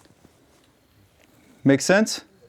So that's what I'm looking to do, is incorporate the bigger, stronger muscles in my body and the tendons and all that good stuff to lock this down and not let it lift. Okay? Yeah. All right, so here's the first exercise we're going to do. So Zee's going to come up here. He's got an empty pistol, right? Gun is empty. And ordinarily we would do this left hand only, right hand only, and then both hands together. But for time, we're just going to do both hands on the gun. Y'all see? You can't see, get where you can see. Yeah, yeah, get where you can see. All right, so what I'm going to do is, and you guys are going to do this with each other, is he's going to push everything out, right? I'm going to put my hand right here on his shoulder so I don't get in front of the muzzle, right? That would be a negative outcome. And then I'm going to come up here underneath of it, and I'm just going to try to bend the gun. So relax your hand, just first relax everything so you can see what happens. See that? That's what I'm trying to do. But he's not going to let that happen because he's going to lock down his wrists. All the stuff we just worked on, he's going to keep that gun sitting flat. Make sense? Yeah. So we're going to go back and forth with each other working this. So Zee's going to drive the gun out. So don't let me bend your wrist. Good. Press the trigger. Right? Don't let me bend your wrist. Press the trigger. Good. Don't let me bend your wrist. Press the trigger. Good. Got it? All right. So is it detrimental to trigger control to have that tight of a grip on the gun, or that much force behind the gun? Yes. If it impedes the progress of your trigger. Yeah, maybe. Yes. No. Maybe. All right. So we'll see. We'll do a little exercise and see what happens. All right. If the gun, I will postulate. If the gun is in a ransom rest, is there good trigger control when they press the trigger in ransom rest? Is there? How do you work the ransom rest? Pull a lever, right? And it smacks the trigger. And the round goes where it's supposed to go. Why does the round go where it's supposed to go? Yeah, nothing can move, right? The ransom rest's got it pinned in. It can't deviate. Make sense? Yeah. All right, so let's do this. Up on the line, get with your partner. You're going to do the exact exercise I just did with Zee. You're going to do that with your partner. Go back and forth. Do about 3 or 4 reps, back and forth. Keep it tight. Make sure your guns are empty. One person, I want you to put your hand on their shoulder, get off to the side so you can see what they're doing, and you're going to try to bend their wrist. So try to bend their wrist. Don't let them bend it. Do about 5 or 10 reps. Work your way through it. Don't let them bend it. Lock it down. Don't let it move. Should we be pulling the trigger? What's that? Should we be pulling the trigger? Yeah, you can pull the trigger just to get used to it. All right. Don't let your wrist bend. Do it a couple more times.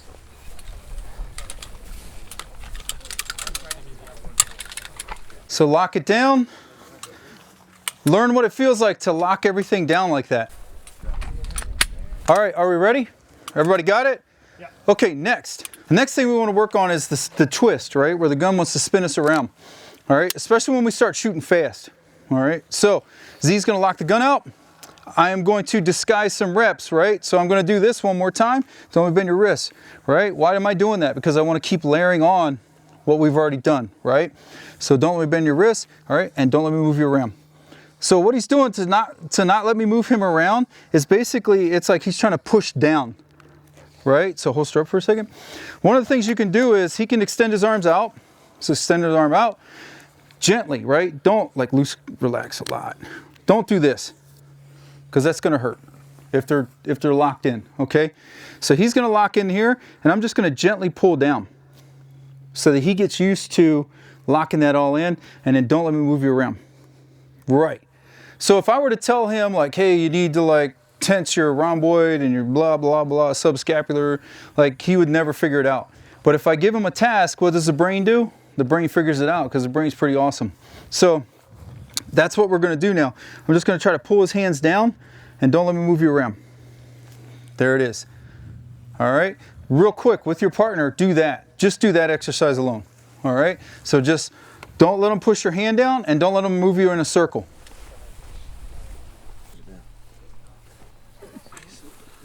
Got it? Everybody getting it? Same thing. We're gonna disguise the reps, hide those reps, right? Don't let me bend your wrists, right? And don't let me move you around. Don't let me pull you down. Press the trigger, right? And then I'm gonna run the slide form. Don't let me bend your wrists. Don't let me move you around. Don't let me pull it down. Press the trigger. Good. Don't let me bend your wrists. Don't let me move you around. And don't let me pull you down. Good. Press the trigger. There we go. Got it? So let's do about 5 of those each side, right? About 5 reps. Because once we go live, I think the time you put into this dry, it'll be worth it for you, okay?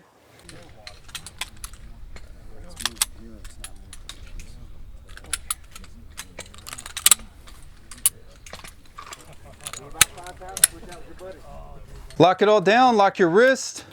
Don't let them bend your wrist. Don't let them move your arms around. Don't let them push your hands down.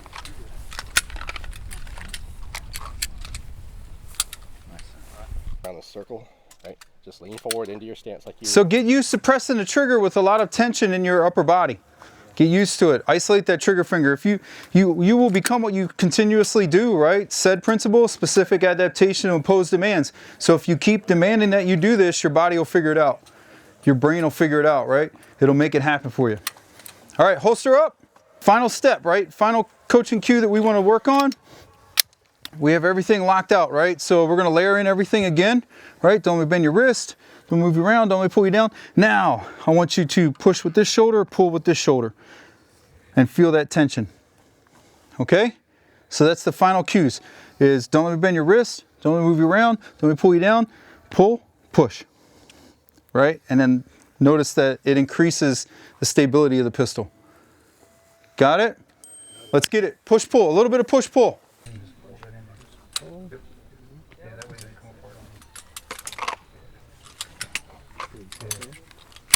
Yeah, like Ernest said earlier, it was just the officer down in Tampa.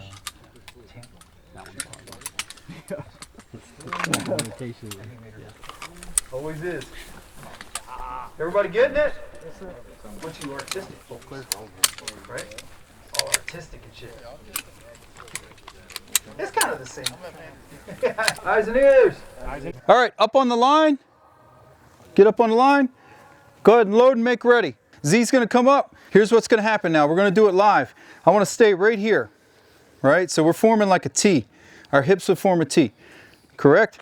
So he's gonna present out to the target. My hand's gonna be right here. My hand comes underneath, straight up to his hands. Don't do this, right? Or this, or anything like that. I'm coming right underneath, right there. He's gonna keep his finger off the trigger until it's time to go. Don't let me bend your wrists. Don't let me move your arms around. Give me push, pull, fire 2. Right? Now, don't let me bend your wrists. Don't let me move you around. Push, pull, fire 2. Good. Lock it down. Don't let me move you around. Push, pull, fire 4.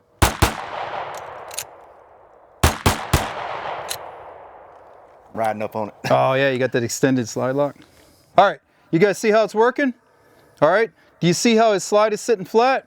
Now here's what I want you to do as a coach. So everybody knows, right? In the medical world, they have this thing called see one, do one, teach one, right? So you want to see it, then you want to do it, then you want to teach it, because what does that do? If you really want to know something, study it as if you have to teach it, because what's that going to do? That's going to make you know every possible question that could pop up.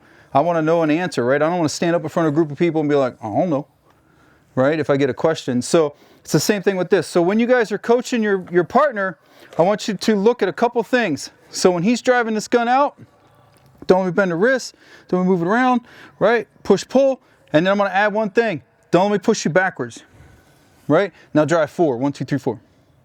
4. 4.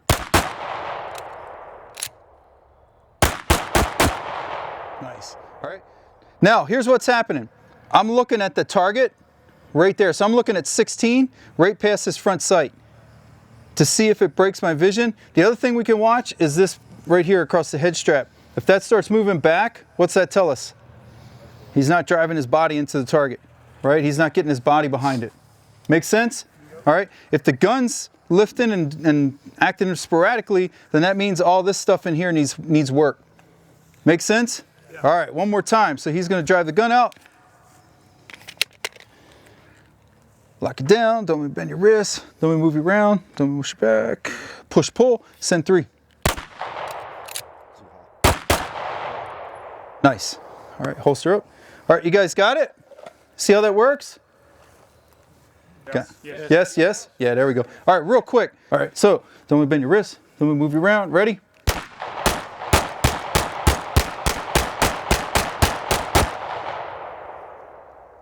Who was pressing the trigger? You were. How important is trigger control? Not very. All right. Can I say I was right? No. I'm just, holster up. All right. Here's the thing, though. Right. Here's the thing. So, if you combine grip, right, really good grip and recoil mitigation with really good trigger control, that's kind of like the question of like, should you be really good at gi or no gi, Dan? Yeah. Why wouldn't you be good at both?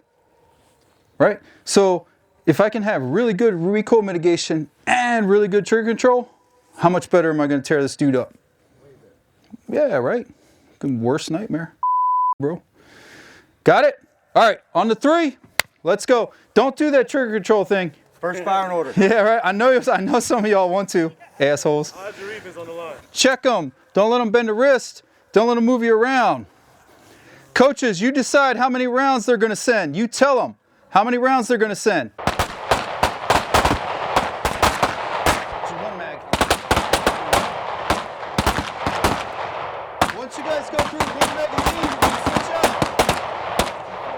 Someone's going slow, intentionally trying to group. Yeah. Hey, listen, guys, here's what we want to do. So, Kate, come here. So, watch. Here's what's going to happen. Let me push your trigger, okay? So, you put your finger right there. Right. All right. So, don't let me bend your wrist. Good. Don't let me move you around. Don't let me push you back. Now, give me a lot of push-pull. Ready?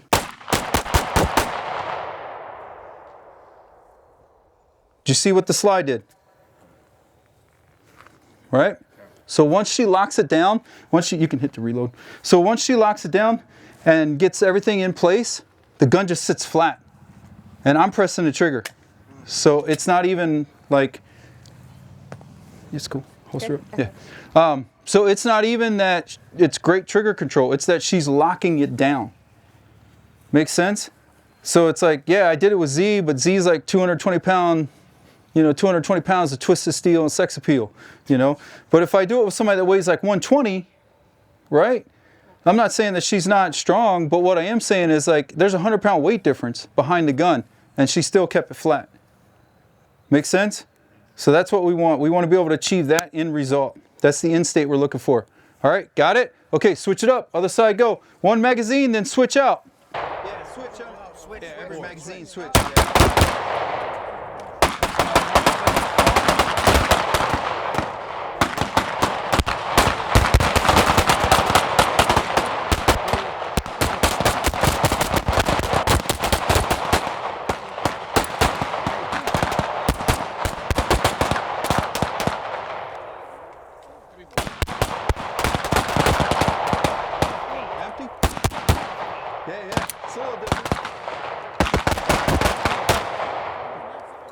Once you're empty, holster up. Up on the 3, 1 mag, right? Just like I just did it. You're just gonna cover their eyes. After you do everything, cover their eyes and let them run. Tell them how many rounds to run.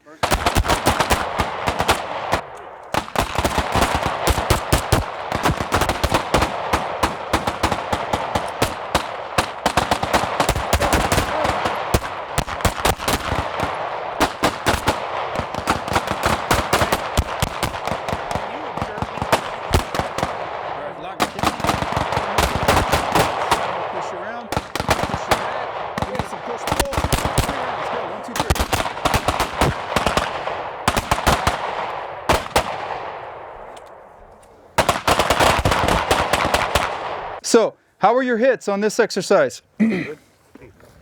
Right? So, if like Halls and I were scrapping, and everybody has a puncher's chance, right? I land a shot, it clocks him, opens up his eye, right? Ever get blood in your eye? Yep. Yeah, right? Sucks, right? So, hard to see, all that, your eye wants to shut. Could he effectively get his pistol out and start making hits on me? Yeah. And on Zee, if Zee wanted to get involved, right? Anywhere in here, he's going to start making hits and we're going to start hurting. All right, so here's what we're going to do now. So same exercise I did with Zee, real quick. So Zee has a gun out. I'm going to be on this side. I want you guys to pay attention to what I do here. All right, so my thumb goes down here. on this tendon or whatever it is. Is that a tendon? Where's the doc? Yeah. Katie, is that a tendon? Yes. It's a blending. Yeah. Test? Okay. Yeah. Sorry, dude. Hallicus longus. That sounds like a lead singer for Guar. All right, so I'm gonna put my thumb right there on his hallicus longus, and now we're in love. All right, so I'm gonna put my. Now I'm pregnant. Now he's pregnant. I'm gonna put my thumb right there on that. Right? Why do I do that? Yeah, slide doesn't chew me up, and I don't do this stuff. I don't want to pull him around too much. Can't control it. Yeah, exactly. All right, lock it down. Don't move you around. Let me push you back. Give me some push-pull. Ready? Got it? That's what we want to do. That's our final exercise. All right? Again, just a confidence builder so that you know if I lock this all down, I'm going to make my hits no matter what. Mag like that? Yeah, one mag. All right, so here's what's going to happen. So he's going to keep his finger out. I'm going to do everything that we've been working on. Don't let me push you backwards. Give me some push-pull. And then I'm going to put my thumb right here. Oh. Right there. And then I'm going to press the trigger. Okay. Right. Let me move it around. Let me push you back. All right, give me some push-pull.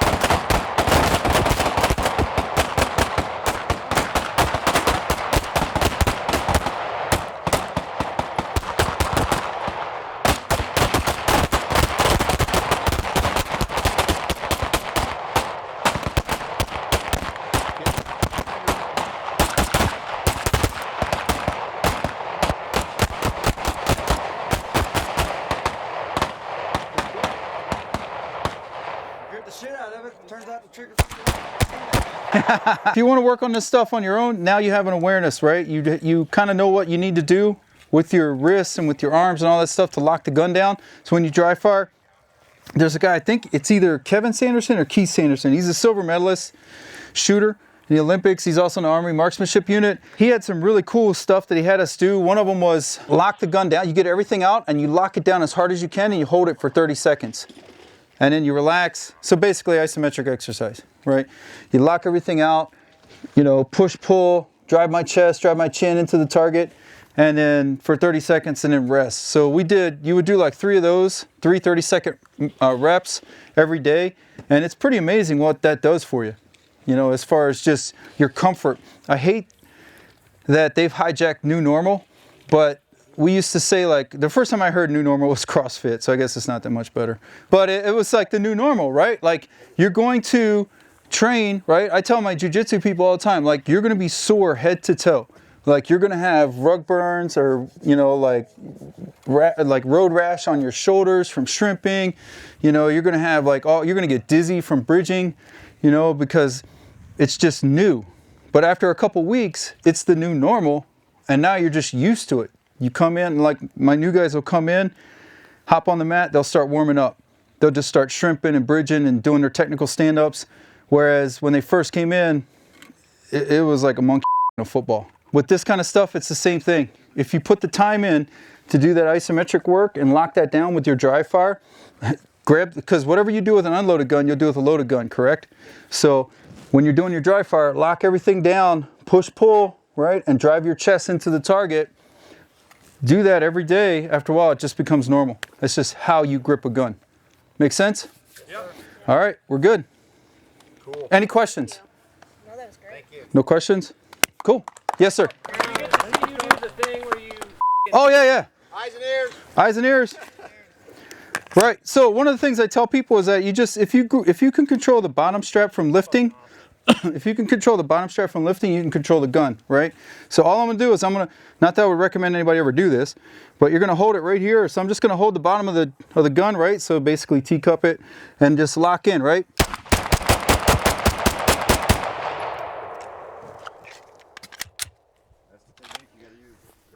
Yeah, that's the technique. But makes sense? So it's really not strength. It's just putting the right structure in the right places to keep the gun from lifting and keep the gun from moving around on you. Make sense? It's just jiu-jitsu on a gun. Make a frame. Don't let it move.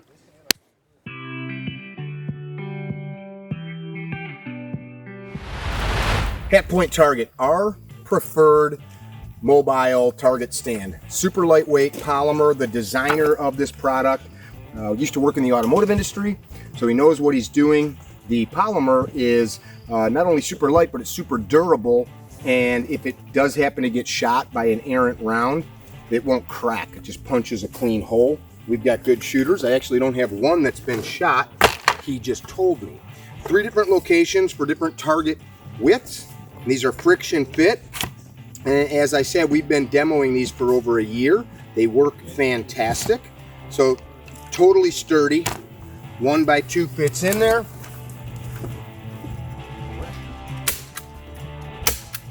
If it's windy, breezy, you can either put a weight here or they supply some long railroad type spikes, landscape spikes. You can just push them right through into the ground, pound them in, whatever you got to do. Works fantastic, super lightweight, and not going to rust, rot, or anything like that. Hatpoint Targets. Eyes and ears? Just going to go 1 round. Zee, let's move to the right. Let's go 1 round. 3 yards. 3 yards is fine. So, Dan Hart, say go. Go. So all we're gonna do is move. Stay where you're at. Recover safely, fingers straight, I'm in the holster. Now we'll go the other way. You're only shooting your target. So just because I move doesn't mean I'm shooting the new target, right? Right. Ready, Dan? Go. To the left. Still getting a subsequent sight picture, still being cognizant of what's happening. My fingers straight, thumb check, safely holster. Easy. Yeah? Yep. Eventually we'll work to the point that we're moving and hitting targets. Square up on a target. Hey, listen up. We're not going to fire first. This is all we're doing. Look, step, draw, present, shoot, recover. You can dry fire the whole thing. Don't overthink it. Ready? Up. Up means move. Go. To the right. To the right. Brainerd over here sucking a noopy. That's how he does it, man. To the left. Recover to the holster. It's okay to mimic the whole thing. The best people in the world dry run things. So check it out. If you land, I'm watching some of you with no gun. You can imagine anything.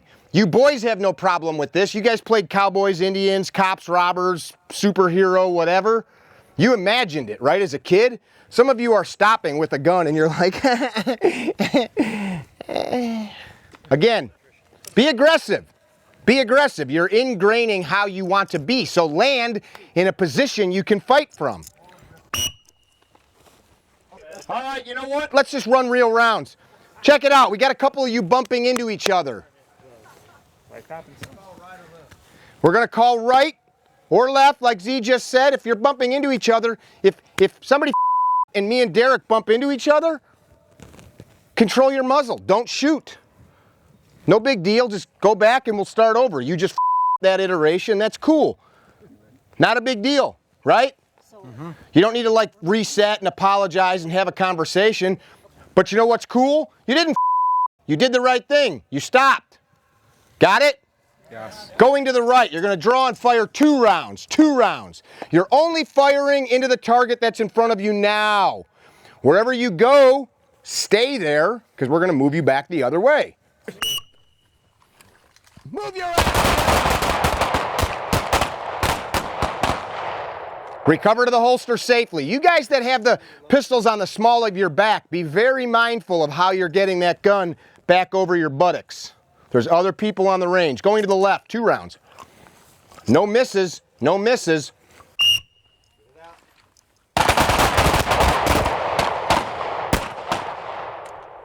Don't be in a rush to go back to the holster. I want to hear this. Did I hit? Did it work? Did I hit? Did it work? Go to the right, 3 rounds. Go to the right, 3 rounds. Go to the right, 3 rounds.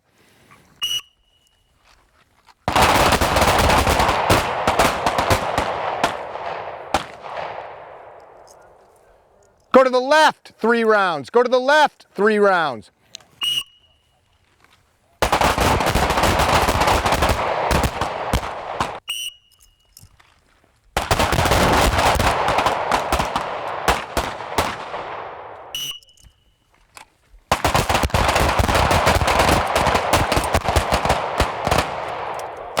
Let's go one more time. One more time. Let's go to the left, 5 rounds.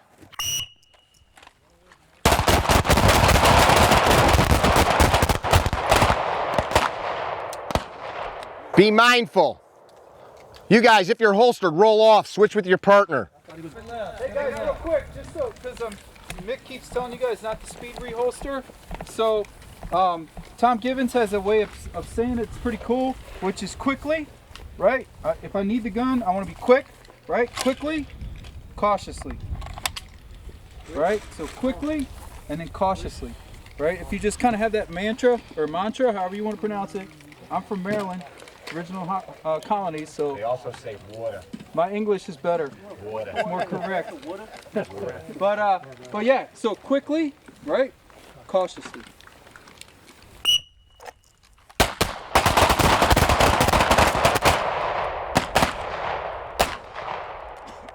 That recovery process is just as important as the draw stroke. You've got a live loaded weapon in your hand and God knows who or what around you. This is all contrived for real life. Going to the right, 2 rounds.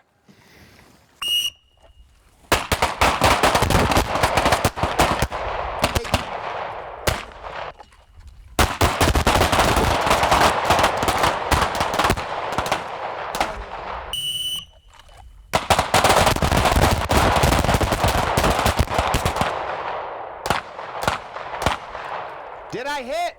Did it work? Do I need to shoot again? Think about these things.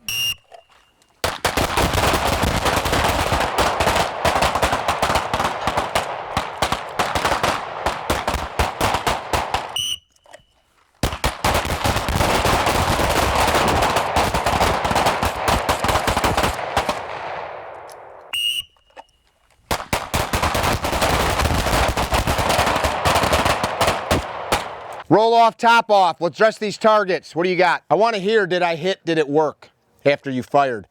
Look through your sights, say it consciously, then go through your process of reholstering as we talked about. Ready?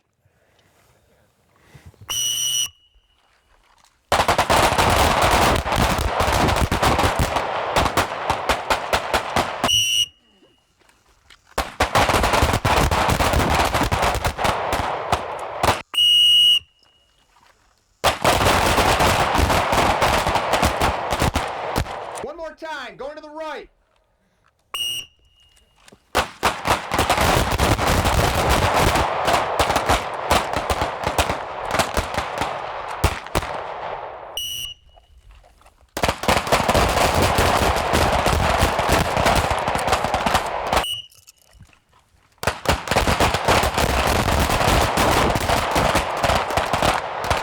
Let's go one more time the other way. Ready?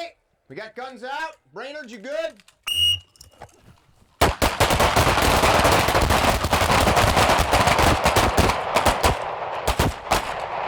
Good job today. Day 1 on the range. I think we got some good work done. We covered a lot of ground. Everybody was safe. Some of you newer guys, how do you feel you did? Where's a couple of the new guys? Yeah, it's good to talk. Yeah, I mean, do you feel like things started to make sense a little bit? Definitely. Yeah? Yep. Like more comfortable and confident for sure. Okay. Definitely. Who else? Just a lot more confident. Yeah? It's, you know, that's just being exposed to it. Zee likes to say exposure equals composure. Weird thing was, the first time he told me that, it was during the bubble bath incident. We want to feel comfortable here, but know what we're doing is correct. Cool? Check. Excellent. So go stow your gear, no guns out in the house, wash up. Oh man, day 1 on the range at S12 is complete. Everybody learned how to work out of a holster safely. Did hundreds of draw strokes coming in and out of the holster, working on moving, working on the fundamentals of how to properly load, unload a pistol. Sounds basic, but you know what? There are many wrong ways to do it. We went in depth on positions of ready, and basically what we're doing is getting everybody ready for the next couple of days of training here, where we are going to be applying tourniquets, training to apply aid to would-be wounded people, say an active shooter scenario, and being able to do it where we are still effective at protecting ourselves and stopping the would-be bad guys that are out there if they're still in the mix. So day one's done. We're going to head up to the house right now and go deep into the beginning of TCCC with D-Dey Response Group. Going to talk about fundamentals of how to stop the bleed, how to plug up holes in the human body, and keep people alive until they can get to a higher level of care. S12, that's what it's all about. Hey little brother, what do you think of Gunfighter Gun Oil? I'm gonna have to show you.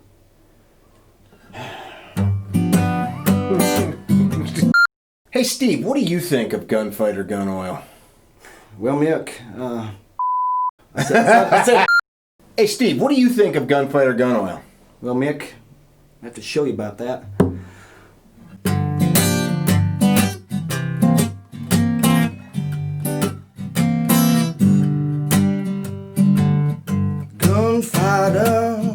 Gunfighter lube. Baby, I had the gunfighter blue. But then I got me some gunfighter lube. Let me tell you about it. Made in the USA. Amazing lubricity. Amazing adhesion, baby. 100% synthetic. But it's gonna last you. Gunfighter gun oil, baby. Took away my gunfighter blue. I'm still working on it, but you know. So you like the lube?